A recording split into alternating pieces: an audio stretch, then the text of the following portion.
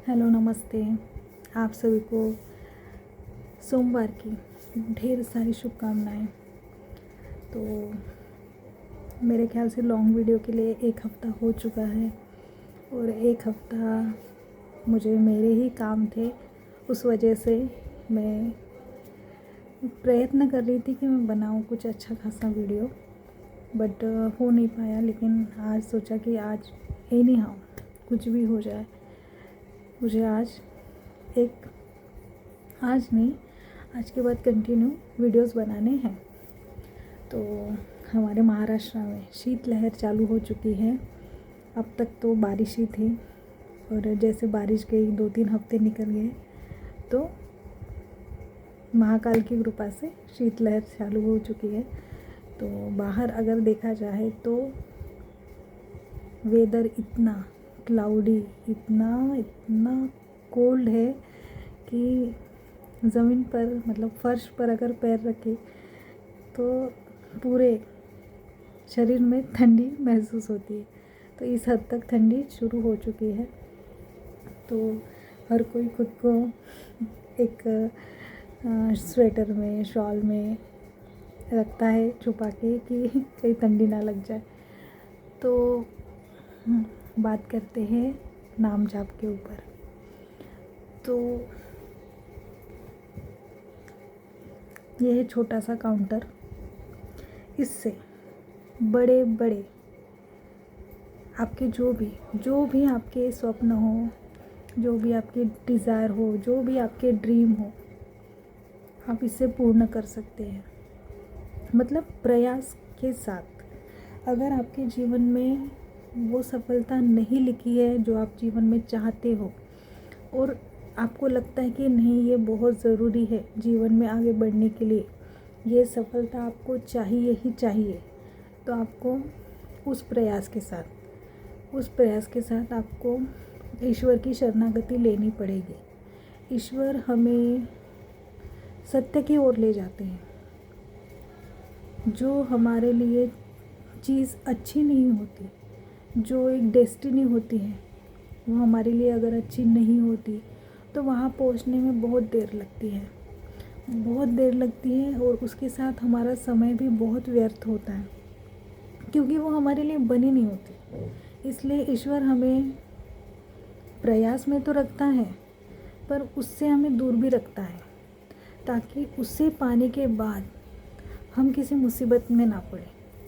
ईश्वर हमारा सच में परम हित चाहता है और हमें भी ईश्वर से यही प्रार्थना करनी चाहिए कि हे ईश्वर, हे मालिक, हे महादेव, हे कृष्ण जी, हे राधा जी, आप जिन आपके प्रिय ईश्वर को मानते हो, उनको आपको यही बोलना है कि ईश्वर जी, आप मुझे वो ही देना जिसमें मेरा परम हित हो। क्योंकि भविष्य हमने नहीं देखा है, हम तो आज में जी रहे हैं। जो सुबह से लेके अब तक, अब रात के देखा जाए तो अब 10:30 बज रहे हैं, ये वीडियो मैं 10:30 बजे बना रही हूँ। तो आज जो सुबह से हो चुका है, घटित हो चुका है, वो हमें पता है कि वो हो गया है, क्योंकि कल तक हमें पता नहीं था कि आज ये होने वाला है। जैसे कि आज सुबह से मेरा जो भी एक घटनाक्रम था, जैसे कि सुबह उठना, अपना जो सुबह का काम होता है वो ख़त्म करके ऑफिस के लिए तैयार होना, ऑफिस जाना, मतलब महादेव के पास जाना, उनकी सेवा करना, वहाँ से फिर ऑफिस जाना, ऑफिस में दिन भर अपना ऑफिस का एक्सेल शीट जो कुछ है वो मैनेज करना, वो होने के बाद फिर शाम को जैसे छुट्टी होती है घर आना, घर का जो काम है वो करना। ये जैसे घटित हो चुका है, ठीक है। तो अब मुझे पता है कि ये हो चुका है, लेकिन विद इन अ सेकंड इस क्षण के बाद क्या होने वाला है किसे पता है? प्रश्न कीजिए खुद से, किसे पता है? किसी को नहीं। तो हम ये कैसे मान सकते हैं कि ये मेरी डेस्टिनी और यहाँ पे मैं पहुँच ही जाऊँगा? हाँ, आप इच्छा रख सकते हो, आप डिज़ायर रख सकते हो, आप ईश्वर से मांग सकते हो, लेकिन जो चीज़ हमें बार बार पीड़ा दे रही है और वो हमें मिल भी नहीं रही है, तो क्या उसके पीछे जाना योग्य है? योग्य है। हाँ, हम मांग सकते हैं ईश्वर से, हम कह सकते हैं उनको कि ईश्वर जी, ये मेरी इच्छा है, अगर आपको सही लगे तो आप पूर्ण कीजिए। तो तो भविष्य के गर्भ में क्या लिखा है वो हमें नहीं पता है। हाँ, लेकिन आपको लगता है कि ये मुझे चाहिए, साम दाम दंड भेद कुछ भी करके ये मुझे चाहिए, मतलब चाहिए, ये सफलता मुझे चाहिए, ये पोस्ट मुझे चाहिए, ये पुरुष मुझे चाहिए, ये स्त्री मुझे चाहिए, इतना इतना एक नंबर वाइज एक अमाउंट, इतना पैसा मेरे अकाउंट में चाहिए। तो ये सब, तो मैं कह रही थी कि हमारी जहाँ जहाँ मांग होंगी ना, वो अगर प्रारब्ध में नहीं है तो वो सिर्फ हमें तकलीफ़ देगी। कभी हम गो विद द फ्लो गए नहीं हैं। तो मैं कह रही थी कि भविष्य के गर्भ में क्या है वो हमें नहीं पता है। तो हम ईश्वर से सिर्फ अपनी इच्छा उनके सामने रख सकते हैं, पर हम उनसे ये बार बार जितना हम बार बार ये इस बारे में सोचेंगे कि ये अभी तक मिला नहीं है, ये हमें मिला नहीं है, तो जितना आप उस चीज़ को पकड़ के रहोगे, उसको होल्ड करके रखोगे अपने मन में, तब तक वो आपको पीड़ा देगी। रिलीज़ कर दो। आपकी इच्छा है, आप ईश्वर से बोलो कि ये चाहिए प्रभु, तो रिलीज़ कर दो, समर्पित कर दो, वो इच्छा को ईश्वर को समर्पित कर दो। लेकिन उसके साथ आप ये भी बोलो कि हे ईश्वर, अगर ये मेरे लिए परम हितकारी है तो आप मुझे दीजिए, नहीं तो आपकी इच्छा। क्योंकि ईश्वर हमारे लिए बेहतरीन करते हैं। सच में करके देखिए।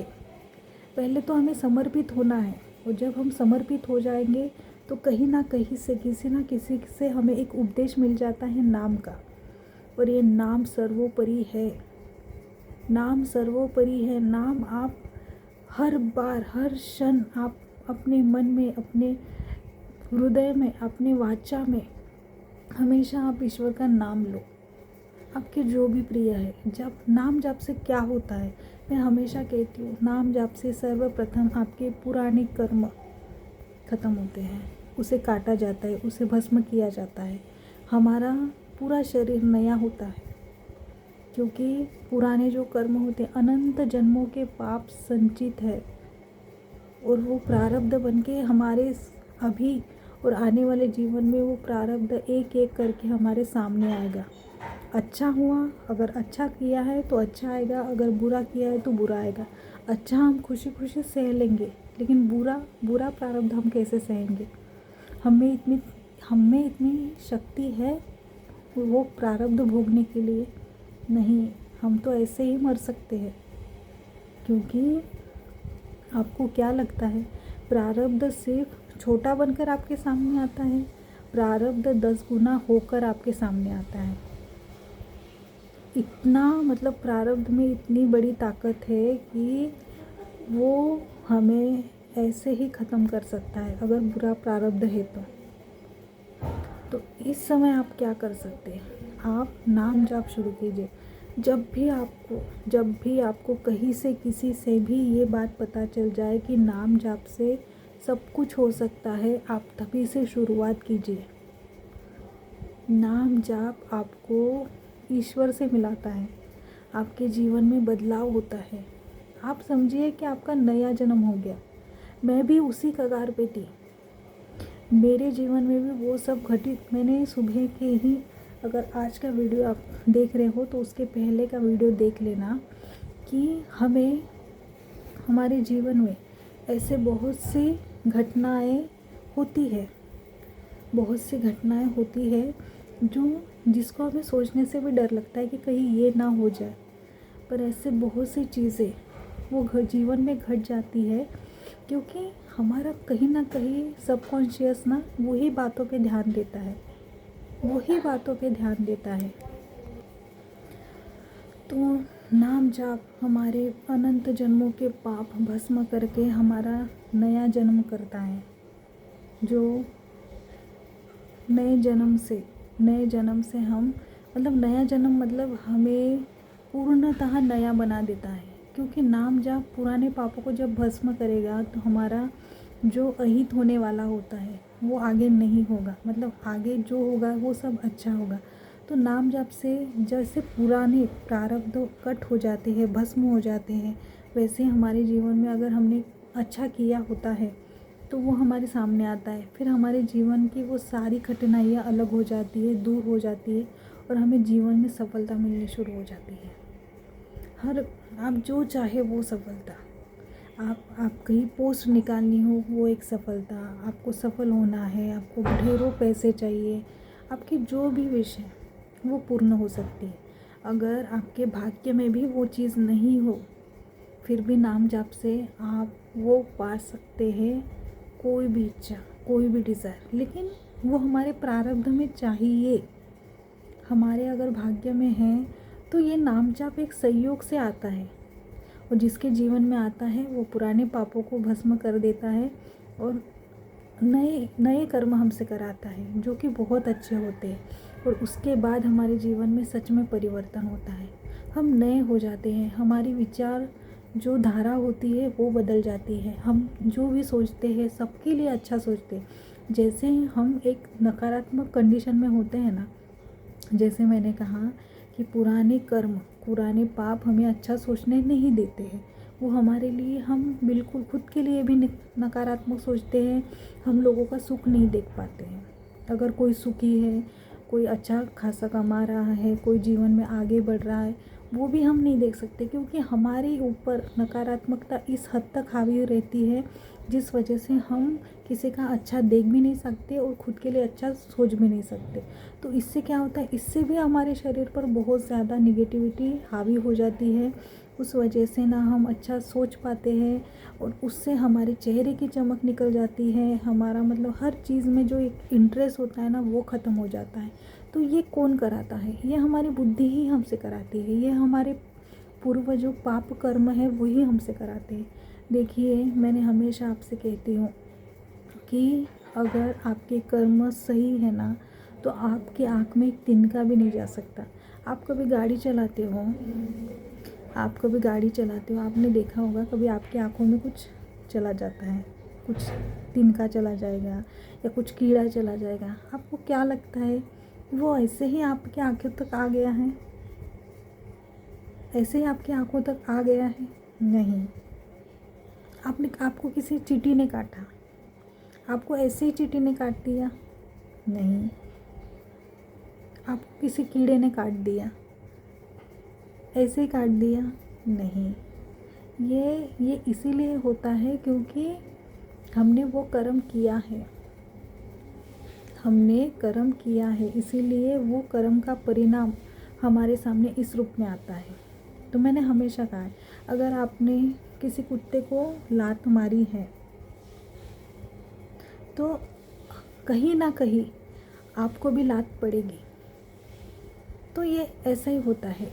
अगर कर्म अच्छे हैं ना तो किसी की हिम्मत नहीं है कि आपको कुछ हो सके, क्योंकि ईश्वर प्रोटेक्ट करते हैं, ईश्वर हमारी रक्षा करते हैं। सही है, सत्य है।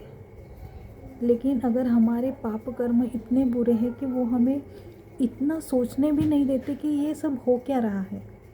और जब ये प्रारब्ध, जो पूरा प्रारब्ध ख़त्म होने पर आता है तो जीवन में फिर सकारात्मकता आती है। कहीं से भगवान की अनुभूति होती है, कोई भगवान की भक्ति में लग जाता है, कोई नाम जाप में लग जाता है, कोई सेवा में लग जाता है, किसी को सेवा में ही सुकून आने लगता है। गली में अगर कोई कुत्ते हैं, लावारिस कुत्ते हैं, तो उनको कोई फीड करना शुरू कर देता है, मतलब घर से बराबर उनको उनके लिए खाना लेके जाना, उनको खाना खिलाना।